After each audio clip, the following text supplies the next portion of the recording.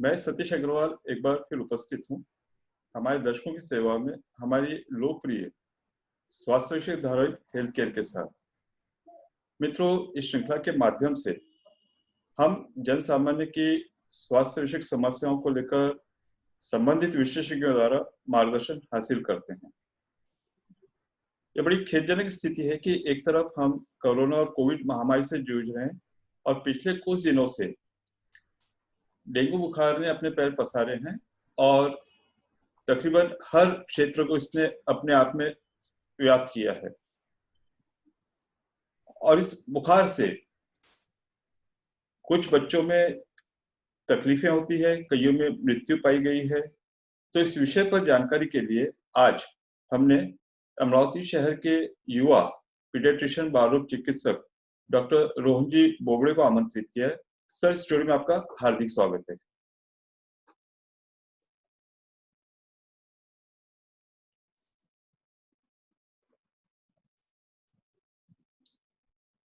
Hello hello.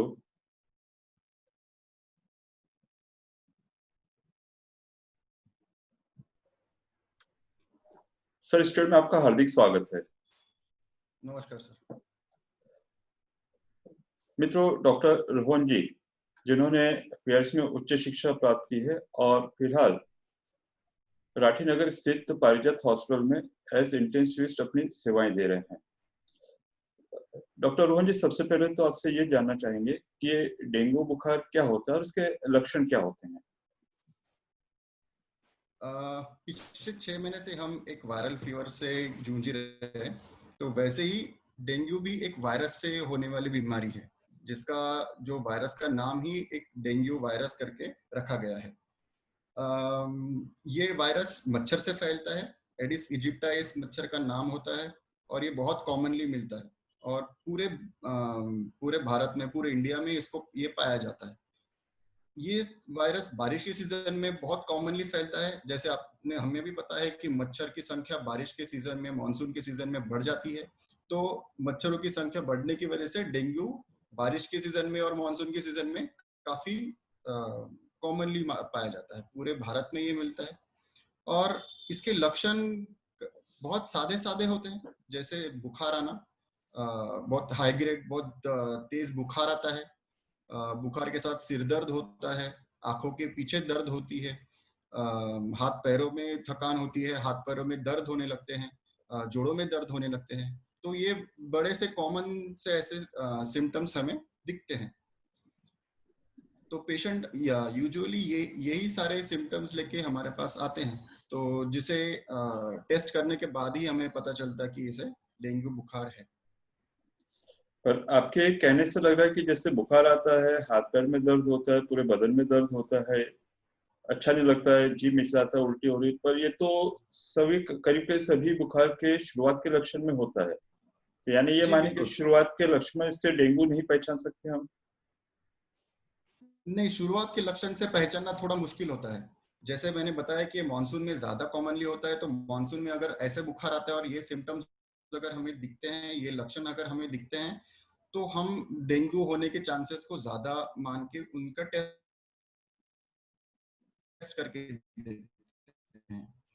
कई बार पे लाल rash जैसी आती है, लाल चट्टे आते हैं, बुखार कम नहीं होता है। और जैसे जैसे हम पेशेंट को देखते हैं, वैसे हम एक आइडिया लगा सकते हैं कि ये डेंगू बुखार होने के चांसेस है। तो इसका मतलब ये हुआ कि एक तो शुरुआती जो लक्षण होते हैं या पेशेंट की हम जांच करते हैं तो एक अंदाज आ जाता है कि डेंगू होता है और कंफर्म उसको हमारे टेस्ट से करते हैं। तो ऐसा जी माना जाता बिल्कुल। है कि डेंगू जो होता है तो उसमें अगर हम उपचार करें या नहीं करें, कुछ दिनों के बाद में ठीक हो जाता है। लेकिन कुछ एक जी बच्चों बिल्कुल। में, क्योंकि बच्चों में ज्यादा पाया जाता है, तो कुछ एक बच्चों में ये जानलेवा फेटल सिद्ध हो सकता है। तो ऐसे कुछ लक्षण हो सकते हैं जिन्हें हम वार्निंग साइंस कहें कि जिससे हम या माता पिता घर पे बच्चे की देखभाल करिए, उसकी प्रोग्रेस का अंदाज लगा सकें। जी हाँ सर, बिल्कुल है। जैसे आपने बताया कि कई सारे अगर घर पे भी ट्रीटमेंट मिल जाए तो कई सारे बच्चों का बिना कोई कॉम्प्लिकेशंस आए भी बच्चे ट्रीट हो जाते हैं। बट कुछ कुछ हमारे कुछ लक्षणों को हमें बहुत ध्यान से देखने की जरूरत होती है डेंगू में। जैसे पेट दर्द होना, उल्टियाँ होना, कंटिन्यू उल्टी रुकती नहीं है, आंखों पे हाथ पाँव में सूजन आ जाती है, छोटे छोटे लाल धब्बे आ जाते हैं, सुस्तपन रहता है, बहुत ज्यादा घबराहट महसूस होती है, कभी कभी बच्चे बहुत चिड़चिड़ापन करते हैं। जब ऐसे बच्चे हमारे पास आते हैं तो हमें ये भी दिखता है कि वो उनके लीवर के ऊपर भी सूजन आई हुई है, और जब हम टेस्ट करते हैं तो उसमें पता चलता है कि उनके प्लेटलेट कम हो जाते हैं, उनके WBC या जिसको अपन सफेद पेशी बोलते हैं वो भी सारे कम हो जाते हैं। तो ये सारे कुल मिलाकर वार्निंग साइंस होते हैं। तो अगर ये सारे साइंस अगर मौजूद हैं तो ऐसे बच्चों को तुरंत एडमिट करके उनको जल्द से जल्द ट्रीटमेंट देना ही उचित होता है। अगर ऐसे बच्चों में थोड़ी अगर ट्रीटमेंट में अगर देरी हो जाती है या टाइम पे ट्रीटमेंट नहीं मिलती तो फिर डेंगू बीमारी और आगे बढ़ के जानलेवा भी हो सकती है। तो ये ऐसा माना जाता है कि जिस तरह से आपने कहा कि शुरुआत में बुखार आता है, पैरों में, पूरे बदन में दर्द होता है, और उसके बाद में जिस तरह से आपने वार्निंग साइन किया, तो उस समय से बुखार की पोजीशन क्या होती है? क्योंकि अक्सर करके पालक जैसे बुखार कम हुआ तो निश्चिंत हो जाते हैं। डेंगू में एक ये बहुत कॉमन चीज है कि पहले 4-5 दिन बुखार रहता है, और जैसे जैसे बुखार कम होने लगता है ये बाकी साइंस बढ़ने लगती है, जो हम कॉम्प्लिकेशंस बोलेंगे, या डेंगू का जैसी बीमारी जैसे बढ़ती है, ये बुखार जैसे जैसे कम होने लगता है वैसे वैसे ये बीमारी बढ़ती है। तो कई बार ऐसा रहता है कि बच्चों के माता पिता को लगता है कि नहीं बुखार कम हो रहा है तो अच्छी अच्छी बात है, बीमारी कम हो रही है, तो थोड़े निश्चिंत हो जाते हैं जैसे आपने बताया। बट बच्चों में सुस्तपन का वैसे ही कंटिन्यू रहता है, बच्चों को उल्टियाँ होती रहती है, बच्चे खाते नहीं हैं, पेशाब कम हो जाती है। तो ये सारी चीजें हमें सारी देखने मिलती है। तो ये कंप्लेंट के साथ जब हमारे पास माता पिता आते हैं तब हम मतलब फिर एडमिट करके उनको ट्रीटमेंट देना ही एक जरिया बच जाता है। तो मित्रों, डॉक्टर रोहन जी एक बहुत ही महत्वपूर्ण बात बता रहे हैं कि अगर मान लीजिए कोई बच्चा डेंगू बुखार से भर्ती है और उसका बुखार कम होता है, और मान लीजिए अगर आपके डॉक्टर साहब कह रहे हैं कि इसे 2-3 दिन की निगरानी की और जरूरत है, तो उस समय में आप जल्दबाजी ना करें, क्योंकि ये कॉम्प्लिकेशंस इस बुखार न होने की अवस्था में ज्यादा बढ़ते हैं। या दूसरी सिचुएशन जब होती है कि घर पे आप छुट्टी करा के ले जा रहे हैं, और जैसा डॉक्टर साहब बता रहे हैं कि 2-3 दिन बाद में अगर वो चिड़चिड़ा हो रहा है या सुस्त हो रहा है या उसे पेशाब रुक गई है, और फिर आप दोष देते हैं उस डॉक्टर साहब को कि भाई आपका ट्रीटमेंट कैसा हो, हम तो अच्छे से ले गए थे, बुखार नहीं था, ये कैसे हुआ? तो ये जो बुखार की प्रक्रिया है उसकी, जिसे नेचुरल प्रोसेस कहते हैं, उसमें जो कॉम्प्लिकेशंस होते हैं बुखार नहीं होने की अवस्था में ज्यादा होते हैं। तो इसीलिए इसे माना जाता है कि जब तक कि आपका पूरा पीरियड ना हो तब तक आप जल्दबाजी ना करें। बिल्कुल। सर, एक जैसे हम लोग जिस बात की जिस चर्चा कर रहे हैं कि सामान्य तो बुखार, ये डेंगू बुखार होता है, ये ठीक हो कि इसमें बहुत ज्यादा कॉम्प्लिकेशंस नहीं होते, लेकिन दूसरी चीज है कि तो 15 साल से बच्चों में ज्यादा होता है, यानी बच्चे ज्यादा अफेक्ट होते हैं। और इसमें ऐसे कौन से कॉम्प्लिकेशंस हो जिस तरह से आप बोल रहे हैं कि अगर उसका सही उपचार नहीं किया, सही तरीके से नहीं पहचाना गया, तो वो जानलेवा सिद्ध होते हैं? अगर सही टाइम पे हम अगर डेंगू को डायग्नोस करके उसका अगर ट्रीटमेंट चालू कर देते हैं तो सिर्फ सलाइन या आईवी फ्लूइड जैसे हम देते हैं सिर्फ उससे ही काम चल जाता है। पर कई बार अगर डेंगू बुखार अगर बहुत तेजी से बढ़ रहा है या हम डेंगू को लेट पहचान पा रहे हैं तो ऐसे कंडीशन में कॉम्प्लिकेशंस आने की संभावनाएं ज्यादा हो जाती है। कॉम्प्लिकेशन समझने के लिए एक छोटा सा हमें समझना पड़ेगा कि डेंगू हमारे शरीर में करता क्या है। डेंगू हमारे शरीर के रक्तवाहिकाओं को अफेक्ट करता है, जिससे हमारी रक्तवाहिका लीक करना चालू कर देती है। मतलब जो उसमें जो पानी जो रक्तवाहिकाओं के अंदर रहना चाहिए वो लीक करने लगता है, वो और बाहर इससे निकलने सारे लग जाते हैं। कॉम्प्लिकेशंस हाँ, तो ये इससे सारे कॉम्प्लिकेशंस चालू होने लगते हैं। तो कई बार छाती में पानी भरना, पेट में पानी भरना, उसके वजह से पेशाब कम होना, बीपी कम होना, हाथ पांव ठंडे पड़ जाना, ये सारे कॉम्प्लिकेशंस हमें दिखाई देते हैं, जिसे हम डेंगू शॉक सिंड्रोम कहते हैं। तो ऐसे कंडीशन में हमें फिर आईसीयू में भर्ती करके उसको वैसा ट्रीटमेंट देना पड़ता है। दूसरी तरह के जो कॉम्प्लिकेशंस रहते हैं वो खून बहने की वजह से होते हैं। डेंगू में जैसे मैंने पहले भी बोला कि प्लेटलेट कम हो जाते हैं, तो उससे कभी कभी खून को जमाने की हमारी शक्ति कम हो जाती है। तो उसके वजह से कहीं से भी हमारे चमड़ी में खून बहना या पेट में अतड़ियों में खून बहना, पेशाब से खून जाना, ये सारी चीजें होने की संभावनाएं होती है। तो ऐसे कंडीशन में आईसीयू या कई बार बहुत इंटेंसिव केयर की जरूरत लगती है। कई सारे पेशेंट्स को पिछले साल भी और इस साल भी हमारे इसमें वेंटिलेटर लगा हुआ है, और कई सारे पेशेंट्स को तो डायलिसिस तक की भी जरूरत पड़ती है, क्योंकि ऐसे कंडीशन में जो हमारे मुख्य ऑर्गन्स है, किडनी हो गए, लीवर हो गया, ये भी फेल होने लगते हैं। तो अगर हम ट्रीटमेंट अगर टाइम से चालू हो जाती है तो ये कंडीशन में जाने से बचा सकते हैं। मित्रों, आप डॉक्टर रोहन बोबड़े जी की बात को पूरी ध्यान से सुनिए कि सामान्यतः इसमें जो उपचार होता है वो होता है कि आपके शरीर के पानी की पूर्ति, जिसे हाइड्रेशन कहते हैं। इसीलिए सभी डॉक्टर लोग सलाह देते हैं कि उसे जितना पानी हो सके पानी पिलाइए। अगर वो पानी पीने की अवस्था में नहीं है, उसका पेट दर्द हो रहा है या उसे उल्टी हो रही है, तो उसे भर्ती कर ये सलाइन द्वारा दिया जाता है। तो सुनने में तो ये बड़ी साधारण सी बात लगती है, लेकिन अगर इसके प्रति लापरवाही हुई या इसे देरी हुई तो जैसे सर ने बताया, इतने सारे कॉम्प्लिकेशंस हो सकते हैं।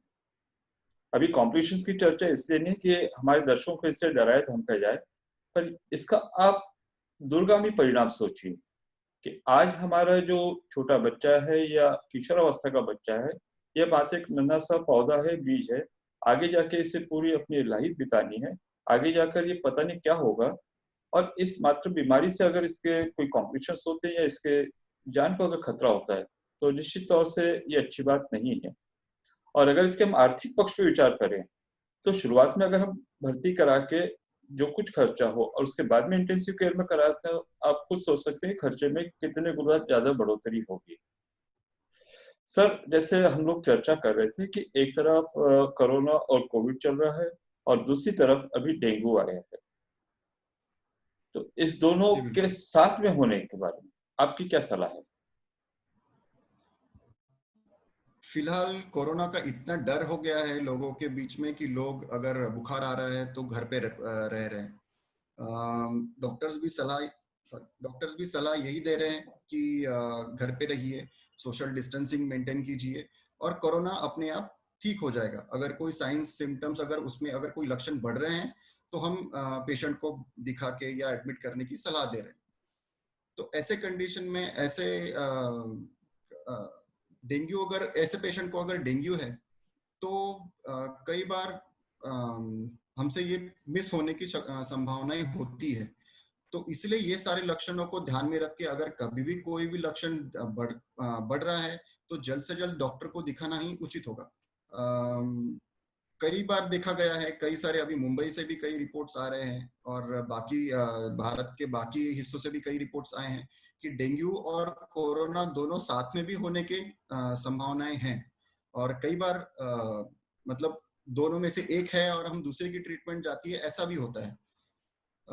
तो ऐसे कंडीशन में हमारे माता पिताओं को ये बात ध्यान देने की बहुत ज्यादा जरूरत है कि अपने यहाँ पे, जहाँ पे अभी बारिश हो रही है, जहाँ पे डेंगू का सीजन है, वहां पे कोरोना के साथ में डेंगू होने के भी संभावनाएं है। कोरोना से जितनी मृत्यु दर जितनी कोरोना की है बच्चों में, उससे कई ज्यादा डेंगू की है। कोरोना से तो बहुत बच्चों में बहुत कम मृत्यु दर है, डेंगू में उससे कई ज्यादा है और कई ज्यादा जानलेवा भी है। तो इसलिए ये सारी चीजें ध्यान में रख के अगर आपको कोई भी ऐसी चीज लगती है कि बच्चों को तकलीफ बढ़ रही है, तो जल्द से जल्द डॉक्टर को दिखा के सलाह लेना बहुत उचित होगा। मित्रों, डॉक्टर रोहन जी ने जिस मैसेज को दिया, आप उस पर गौर कीजिएगा। पहली बात तो कोरोना का बहुत ज्यादा प्रादुर्भाव है वो बड़ी उम्र में होता है, जबकि डेंगू छोटे बच्चों में होता है।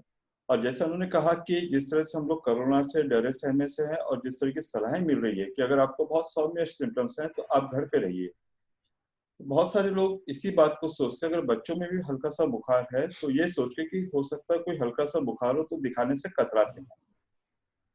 और दूसरी बात जिस तरह से सर ने कही कि अगर हम दोनों में तुलना करें तो कोरोना की मृत्यु से शायद बहुत ज्यादा गुना मृत्यु बच्चों में होती है, डेंगू में होती है। तो इस अवस्था में अगर बच्चे में बुखार हो रहा है, हाथ पांव दुख रहे हैं, जिस तरह के सिम्टम्स की चर्चा हुई है, तो ये हमारा कर्तव्य बनता है कि हम हमारे विशेषज्ञों को, हमारे एक्सपर्ट्स को दिखाएं और उनकी सलाह के हिसाब से आगे का ट्रीटमेंट निर्धारित करें। सर, चूंकि हम चर्चा के अंतिम मोड़ पर है और इस श्रृंखला के माध्यम से हम हमारे एक्सपर्ट्स के स्वभाव का वो पहलू लोगों के सामने लाते हैं जो अक्सर दिखाई नहीं देता। तो मैं आपसे पूछता हूं कि आप अगर खुद का आकलन करते हैं तो अपने स्वभाव में, अपने कैरेक्टर में एक बहुत अच्छी क्वालिटी, खूबी क्या मानते हैं, और एक कमी जिसे हम कहते हैं कि जिसको आपको लगता है कि अगर ये नहीं होती तो मैं शायद इससे कहीं और जगह प्रकट कर लेता, ऐसी कमी क्या मानते हैं? सर खूबियां तो शायद आप ही बताएंगे। कमियां हो सकती है कि कई बार अपने कामों में हम इतना उलझ जाते हैं कि हम अपने तरफ या अपने परिवार वालों की तरफ हम ध्यान नहीं दे पाते। तो ये मुझ में नहीं, कई सारे डॉक्टर्स में ये खामियां होती है। और कई सारे डॉक्टर्स इस टाइम पे ये कोरोना के इसमें पूरे अपनी जी जान लगा के काम कर रहे हैं। तो ये कई कई बार सराहनीय चीज होती है। पर जब हम हमारी खुद को अब हम अपना खुद का हम आकलन करते हैं तो देखते हैं कि हम खुद के तरफ कई बहुत ज्यादा दुर्लक्ष्य करते हैं, हमारी फैमिली की तरफ थोड़ा दुर्लक्ष्य हो जाता है। तो ये एक खामी मैं मानूंगा। रोहन जी, जिस तरह आपने कहा खूबी अगर मेरे से पूछे तो आपकी इस खामी में आपका उत्तर छिपा है कि जिस समर्पण से, डेडिकेशन से आप काम कर रहे हैं, पूरी पेशेंट केयर में आप ध्यान दे रहे हैं, तो इस ध्यान में आप खुद की तरफ, फैमिली की तरफ भी ध्यान नहीं दे रहे हैं, तो ये तो आपकी खूबी हुई है। नहीं। वैसे देखा जाए तो फिर खुद का अगर हम ठीक है तो फिर पेशेंट्स के लिए भी उतना ही ज्यादा हम काम कर सकते हैं। तो मित्रों, मैं रोहन जी की किसी खूबी की चर्चा करूं तो आपने पूरे कार्यक्रम के दौरान जिस तरह से इनकी स्पष्टता, सरलता और पूरी ईमानदारी को देखा है, तो मेरे ख्याल से इससे अच्छा गुण तो इनमें कोई हो नहीं सकता। और अगर मैं अपना व्यक्तिगत अनुभव बताऊं तो हमारे आईएमए में हर साल आईएमए फंक्शन होता है जिसमें हम लोग नाटक में भाग लिया करते हैं, और डॉक्टर रोहन जी उसमें हर साल नियमित रूप से होते ही हैं। और मैं ये बताने में बड़ा गर्व महसूस कर रहा हूं, बड़ी खुशी होती है कि जब हमारे लोगों की प्रैक्टिस होती है जो तकरीबन 15 दिन चलती है, तो चाहे कितने भी बिजी हो, जब हम लोग शुरू करते हैं तो उससे आखिरी में अगर जाने वाले कोई होंगे तो डॉक्टर रोहन जी होते हैं। तो शायद मेरी बात ही उसी बात को पुष्टि कर रहे हैं कि जिस काम को ये हाथ में लेते हैं उस काम को पूरा होने तक पूरे समर्पण के साथ, पूरी तन्मयता के साथ, पूरी ईमानदारी के साथ उसको करते हैं। और मैं रोहन जी इस बात के लिए भी आपको बधाई देता हूँ कि आपके गुण को आपने मेरे मुंह से कहलवा दिया, जो मैं अक्सर अपने प्रोग्राम में करता नहीं हूँ। धन्यवाद सर। मित्रों, बहुत ही रोचक चर्चा चल रही है और डॉक्टर रोहन जी के साथ बात करके बड़ा अच्छा लग रहा था, लेकिन समय की अपनी सीमा है, इसलिए अभी हमको डॉक्टर रोहन जी से विदा लेना पड़ेगा। इस आश्वासन के साथ कि अगले हफ्ते एक नए विषय पर एक नए एक्सपर्ट के साथ फिर चर्चा होगी। और डॉक्टर रोहन जी, जिस सरल तरीके से आपने इस अनूठे विषय पर मार्गदर्शन किया, इसके लिए हम आपके हृदय से आभारी हैं। धन्यवाद, नमस्कार। धन्यवाद सर।